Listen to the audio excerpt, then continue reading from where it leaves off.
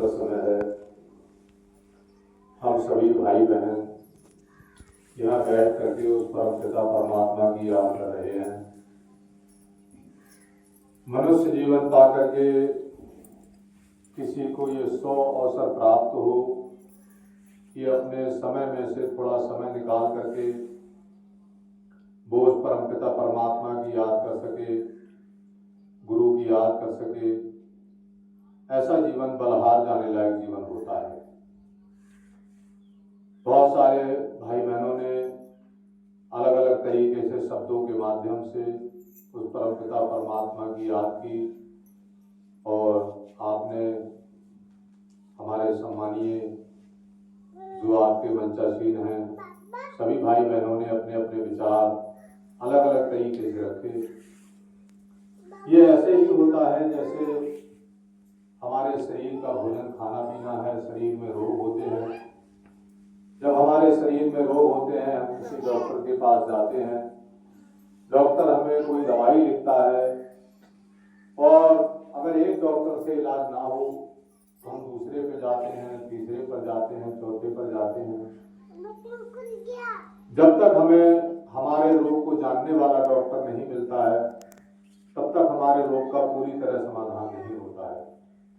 ठीक इसी प्रकार से परमात्मा की भक्ति के लिए मनुष्य ने सदियों से उपाय किए, जप किए, तप किए, व्रत किए, उपवास किए, जो भी उसे बन पड़ा, जो भी उसे लगा कि वो इसके माध्यम से परमात्मा की भक्ति में सफल हो सकता है, मनुष्य ने सदियों से किए। रूप है, ध्वनि का रूप है, आवाजें होती हैं और सुगंधी आती है।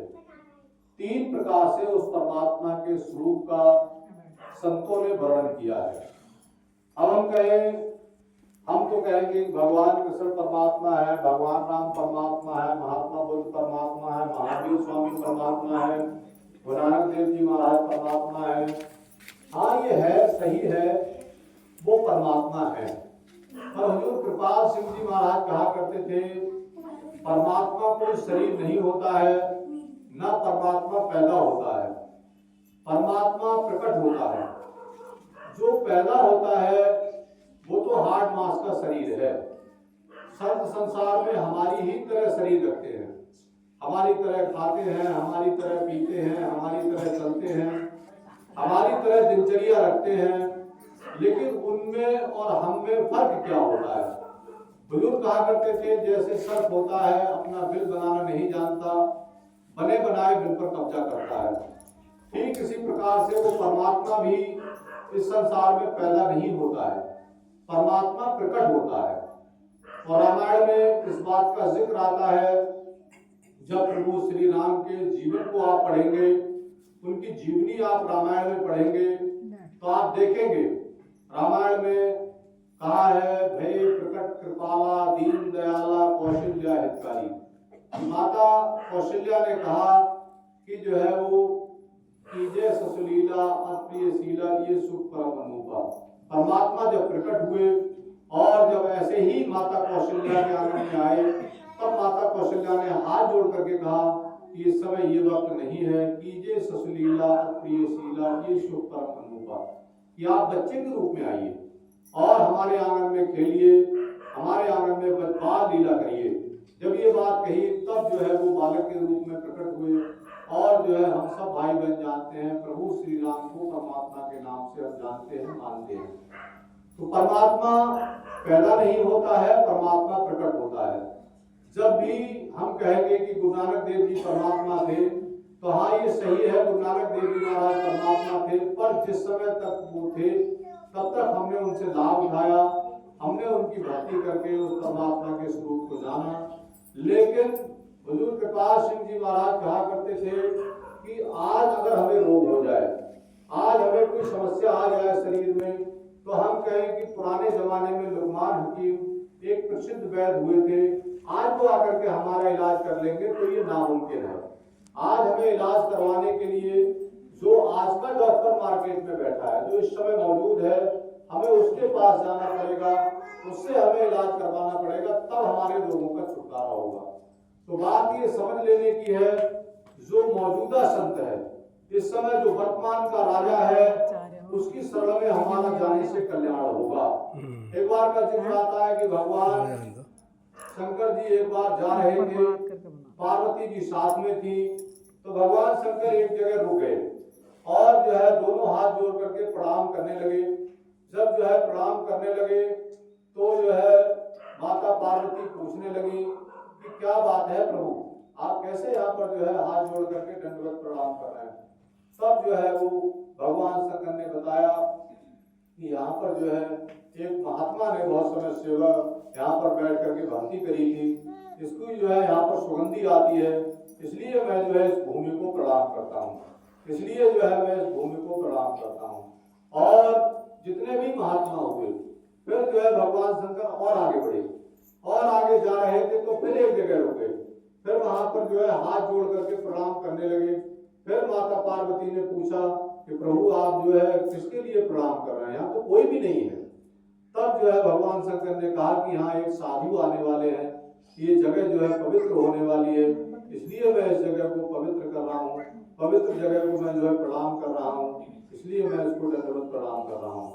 जब ये बात कही तब जो है माता पार्वती ने कहा ये बातें आपको कैसे पता है। तब भगवान शंकर ने कहा कि जो है वो जहाँ जहाँ संत चरण चल जाई ते समान अमरावत नहीं। कहते हैं इंद्रपुरी भी वहां पर जो है लज्जित हो जाती है जहाँ संतों के चरण पहुंच जाते हैं। और जो है हमारे हुजूर कृपाल सिंह जी महाराज कहा करते थे तीरथ बड़ी की हरि को धाम, कि जिन महात्माओं के आने से तीरथ बनी है। जैसे हमारे यहाँ एक नानक भक्ता मेला लगता है, वहां पर जो है गुरु नानक देव जी महाराज थोड़ी देर के लिए गए थे, वहां पर आज जो है बहुत श्रद्धालु जाते हैं, वहां पर मेला लगता है। भगवान राम जहाँ गए वहां तीरथ बन गए, भगवान शंकर जहाँ गए वहां तीरथ बन गए, महात्मा बुद्ध जहाँ गए वहां तीरथ बन गए, दसम गुरु जहाँ गए वहां तीरथ बन गए। हमारे यहाँ जो राधा स्वामी मठ है तुलसी साहब हाथरस वालों से लेकर के और जो है शिवजाल सिंह जी महाराज, सावन सिंह जी महाराज, जयवंत सिंह जी महाराज और जो है स्वामी जी महाराज, भैया जी महाराज, जहाँ जहाँ भी उनके चरण पड़े, जहाँ जहाँ भी वो गए वो घर वो जगह जो है तीरथ धाम होगी। तो निश्चित रूप से कहना पड़ेगा कि जो है अब राम कहाँ है हमें ये देखना है। जिन महात्माओं के आने से स्थान तीरथ हुए हैं वो महात्मा आज संसार में कहाँ है, आवश्यकता इस बात की है। तो हम बड़े सौभाग्यशाली हैं, सब भाई बहन, भैया जी महाराज यहाँ पर आ रहे हैं और सब भाई बहन उनका दिल और दीदार से दर्शन करें। संतों का दर्शन हम क्यों करें? संतों का दर्शन हम इसलिए करें कि संसार में जो कहा गया है साधु दरस से सब मिटे, काल जाल जब चोट शीश नवावत भय पड़े अब पावन की कोट। कहते हैं हम जब संतों की शरण में जाते हैं तो जो है यम और यम के दूध का फंडा कट जाता है, एक ही बार में फंडा कट जाता है। कैसे फंडा कट जाता है? संत मत में जिक्र आता है कि वो तो हम तो आंखों से दर्शन करेंगे, ये अलग बात है, लेकिन संत जिस पेड़ का फल खा लेते हैं वो पेड़ भी मनुष्य का जीवन धारण करता है, फिर उसे नाम मिलता है, फिर वो मोक्ष के लिए प्राप्त करता है। जिस घोड़े की वो सवारी कर लेते हैं वो मनुष्य का जीवन पाता है, फिर उसे नाम मिलता है, फिर वो जो है वो परमात्मा की भक्ति करके अपने धाम को चला जाता है। और हम तो मनुष्य जीवन पाए बैठे हैं। हम जब इन नेत्रों से संतों के दर्शन करते हैं 85% संस्कार हमारी आंखों के द्वारा करते हैं। हम इन आंखों से तो देखते हैं, अच्छा देखते हैं, बुरा देखते हैं। अच्छा बुरा देख करके हम कहते हैं ये बहुत बुरा इंसान है, देख कर ही हम कहते हैं ये बहुत अच्छा इंसान है। ये अच्छा और बुरा ये 85% संस्कार हमारी आंखों के द्वारा करते हैं। आंखों के द्वारा चढ़े हुए 85% संस्कार जब हम संतों की शरण में जाते हैं उनकी झलक से ये सब समाप्त हो जाते हैं, गंदगी बिल्कुल मिट करके समाप्त हो जाती है। जैसे जो है ये बल्ब है, बल्ब जल रहा होता है, अगर इसके ऊपर गंदगी आ जाए तो उसकी रोशनी लोप हो जाती है। ठीक इसी प्रकार से हमारी आंखों में जो कर्मों के 85% संस्कार चढ़े रहते हैं, जो गंदगी चढ़ी रहती है, जब हम इन आंखों से संतों के दर्शन करते हैं तब जो है ये आंखों के संस्कार हमारे समाप्त हो जाते हैं। दूसरी बात यह है संत आत्मा के वैद्य होते हैं। जिस प्रकार से बाहरी जो है शरीर के डॉक्टर होते हैं जिनसे हम इलाज करवाने जाते हैं, संत हमारी आत्मा के वैद्य होते हैं। संत हमारे आत्मा के रोग को जानते हैं और क्या जानते हैं, जैसे हमारे शरीर में रोग आते हैं, हमारी बुद्धि में विकार पैदा हो जाते हैं। कई बार हमारी बुद्धि को समझ में नहीं आता, ये बुद्धि के विकार पैदा हो जाते हैं, मन के विकार पैदा हो जाते हैं। इसी प्रकार से हमारी आत्मा भी कुचक्र में फंस जाती है, विकारों में फंस जाती है। क्या विकार हमारी आत्मा को है? जन्म मरण का रोग लगा है, तृष्णा रूपी खांसी, आवागमन की डोर गले में बड़ी काल की फांसी। ये जग रोगिया रे खाओ सतगुरु वैद्य न जाने। कि हमारी जो आत्मा का इलाज है वो संतों के यहाँ ही होता है, क्योंकि हम नहीं जानते हमारी आत्मा क्या है। हम तो कहते हैं हम ये शरीर पाए बैठे हैं, हम तो ये हैं, हम अपने नाम बताते हैं कि हम तो ये हैं, हम नाम बताकर कहते हैं हम ये हैं। लेकिन हुजूर कृपाल सिंह जी महाराज कहा करते थे हम क्या हैं, ये बात पहले समझ लो। हम इस मकान के अंदर बैठे हैं, हम मकान नहीं है, मकान अलग है, हम अलग है। हम इस मकान से अभी बाहर चले जाएंगे। इसी प्रकार से ये जो हमारा शरीर है, ये जो है वो एक मकान है, परमात्मा ने हमें दिया है, ये परमात्मा की धरोहर है, हमारा इसमें अपना कुछ नहीं है। एक दिन हमें सबको ये छोड़ करके जाना पड़ेगा। जब इस दुनिया से जाना पड़ेगा छोड़ करके, तब हमें इस बात की होश आएगी कि हम तो ये हमारा नहीं था, हमारा होता तो हमसे अलग कैसे हो जाता। तो आपके सामने एक शब्द है जिसमें जो है वो बताया गया है, मन पछते हो जादिन मन पंछी उड़ गए हैं। कहते हैं जिस दिन जो है इस मन रूपी पक्षी, ये जीव आत्मा इस शरीर से निकल जाएगी, तादिन तेरे तन तरवर के सबे पात झड़ जाए। कि जो है जिस दिन ये जो है जीव आत्मा इस शरीर से निकल जाएगी, उस दिन तेरे जो है हाथ पैर सभी इंद्रियां काम करना एकदम बंद कर देंगी, एकदम शरीर जो है धड़ाम से नीचे गिर जाएगा। तब जो है तेरे कोई भी काम नहीं आएगा। घर बार परिवार तो अलग, नाते रिश्तेदार तो अलग, तेरा शरीर ही तेरे काम नहीं आएगा। कहते हैं जो है घर के कहे बेगे ताड़ो भूत भव को कहे, जा प्रीतम सो प्रीत घनेरी सोहू देख डरे हैं।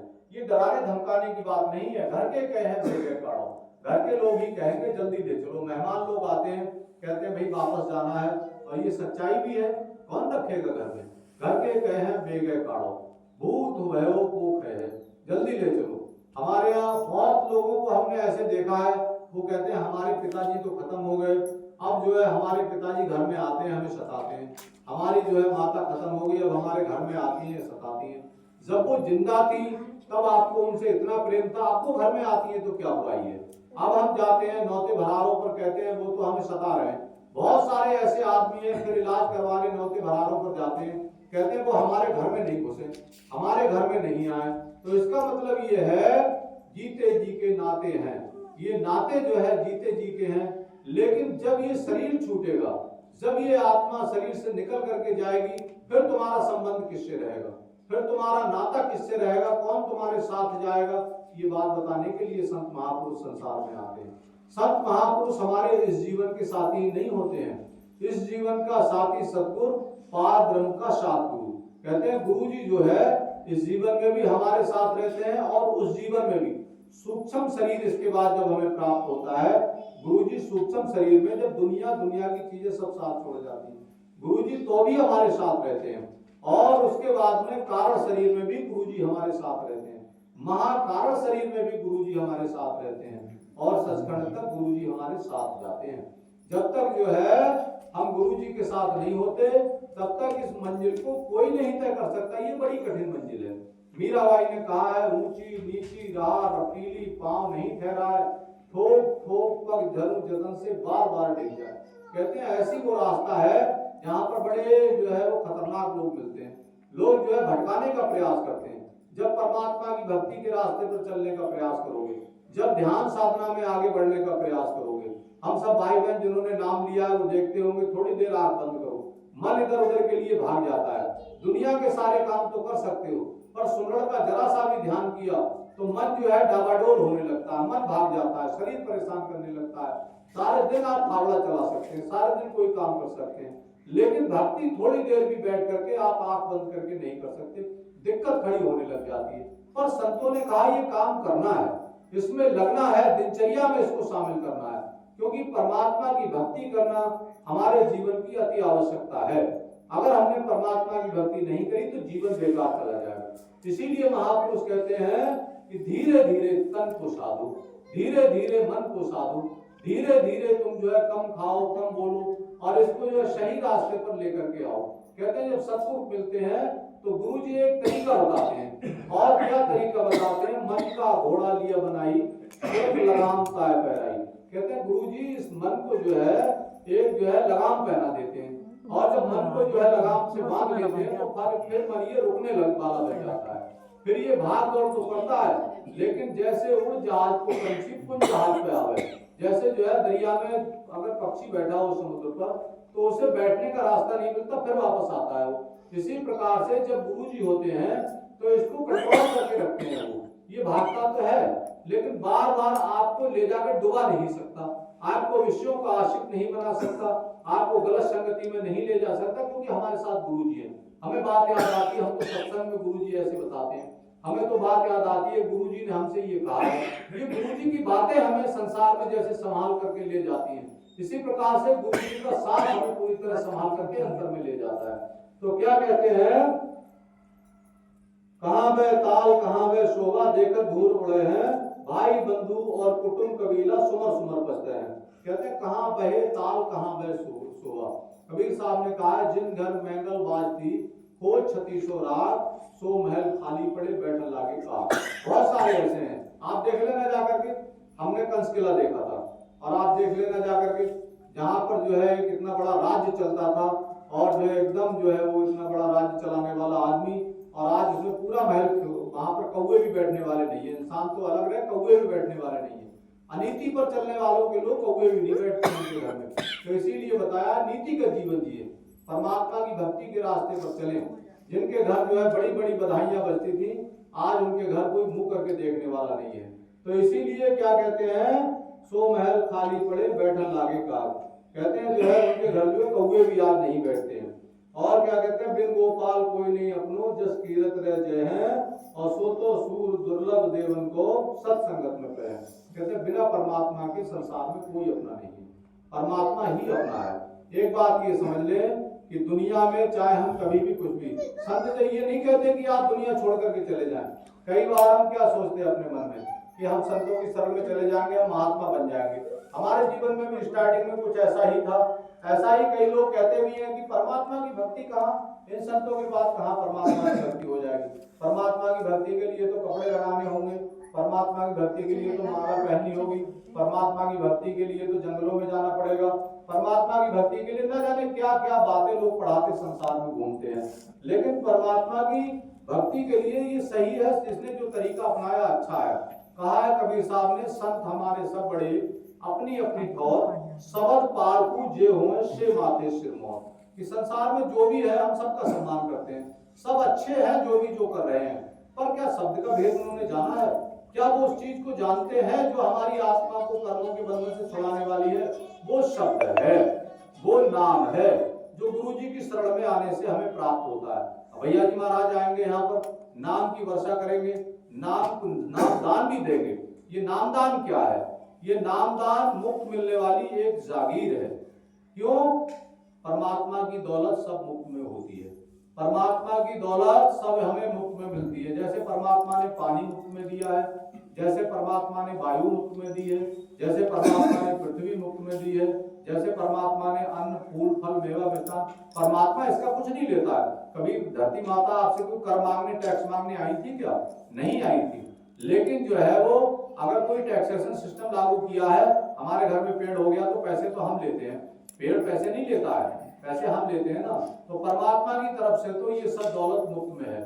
जैसे परमात्मा की तरफ से अन्न फूल फल मेवा मिष्ठान अग्नि वायु पृथ्वी सब मुफ्त है, इसी प्रकार से परमात्मा का नाम भी मुफ्त में ही मिलता है। शेत में भी देते हैं, लेते कछ भी ना। कहते हैं परमात्मा जो है इस नाम को दान में देता है, और वो नाम ही दान में नहीं देते हैं, बल्कि जिया दान दे भक्ति लाइन हर्षो लेन मिलाए जीव। अपने जीवन की कमाई भी साथ में देते हैं, पूंजी भी साथ में देते हैं।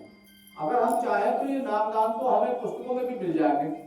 वेदों में जो स्वामी जी महाराज भैया जी महाराज नाम देते हैं, ये नाम कोई और नहीं है, नाम हमें पुस्तकों में भी मिल जाएंगे, किताबों में भी मिल जाएंगे। लेकिन स्वामी जी महाराज कहा करते थे, किताबों में नाम देख लेने से, उसको रट लेने से, स्वामी जी कहा करते थे कपास के खेत में कुतिया पहुंच जाए तो कपड़े नहीं बनवा पाएगी। इसी प्रकार से अगर हमने पुस्तकों में नाम देख लिए, रटने लगे, उससे परमात्मा नहीं मिलेगा। कारण ये है कि जब संत नाम देते हैं तो वो उनका सिद्ध मंत्र होता है।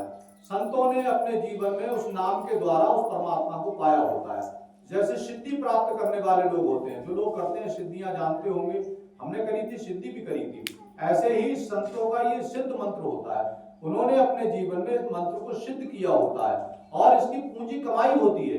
जो उन्होंने पूंजी कमाई है, जैसे जो है माता पिता होते हैं, बच्चों को कहीं भेजते हैं, कहीं नौकरी पे कहीं भेजते हैं, तो पहले अपनी पूंजी देते हैं। ठीक इसी प्रकार से वो जो है हमें पूंजी देते हैं, अपने जो है जिया का दान देते हैं, पूंजी में से पूंजी बांट करके देते हैं। तो हमें एक विशेष प्रकार का नशा रहने लग जाता है। जिन भाई बहनों ने नाम नहीं लिया है, जिन भाई बहनों ने नाम लिया है, वो उसकी पूंजी को बढ़ाएं, कमाई करें, वो जानते भी हैं। जिन्होंने नाम नहीं लिया है वो दर्शन करें और नामदान लें। वो नामदान लेंगे तो उसी दिन से उन्हें ये दिखाई पड़ जाएगा, उनके जीवन में एक विशेष मस्ती रहने लग जाएगी। उनके जीवन में एक विशेष प्रकार का नशा नामदान लेते ही आ जाएगा। कारण ये है कि वो नाम एक नशा है। जिस प्रकार से हम बाहरी नशे करते हैं, तो हम जैसे पैक लगाते हैं तो हमें नशा हो जाता है, भांग पीते हैं नशा हो जाता है। तो गुरु नानक देव जी महाराज ने कहा ये झूठे नशे हैं। ये तो सुबह को हम पीते हैं, शाम को उतर जाते हैं, शाम को पीते हैं, सुबह उतर जाते हैं। लेकिन संत जो नशा देते हैं वो नशा सच्चा नशा होता है। और नशे सब झूठ है, उतर जात प्रभात, नाम खुमारी नाम का चढ़ी रहे दिन रात। कि वो नाम की जो खुमारी है, जो नाम का नशा है, वो हमेशा ही हमारे जीवन में चढ़ा रहता है। जब आप नाम लेंगे, भैया जी से आप नाम लेना, भैया जी दृष्टि डाल करके जब नाम देंगे तो आपका काम घट जाएगा, तुरंत क्रोध घट जाएगा, लोभ मोह अहंकार सब धीरे धीरे एकदम घट जाएगा। ये पांचों चोर अपने आप धीरे धीरे घटने लग जाएंगे। और एक दिन जैसे ही आप नाम की कमाई करेंगे, वैसे ही आपका काम क्रोध लोभ मोह अहंकार धीरे धीरे जो है आपके अंदर से समाप्त हो जाएगा। आप विनम्र हो जाएंगे, आप जो है सच्चे दानव से सच्चे मानव बन जाएंगे।